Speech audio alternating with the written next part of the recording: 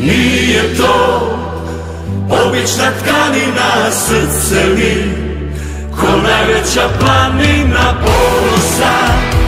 Uhvati me navala kad se zavioni iznad naših glava.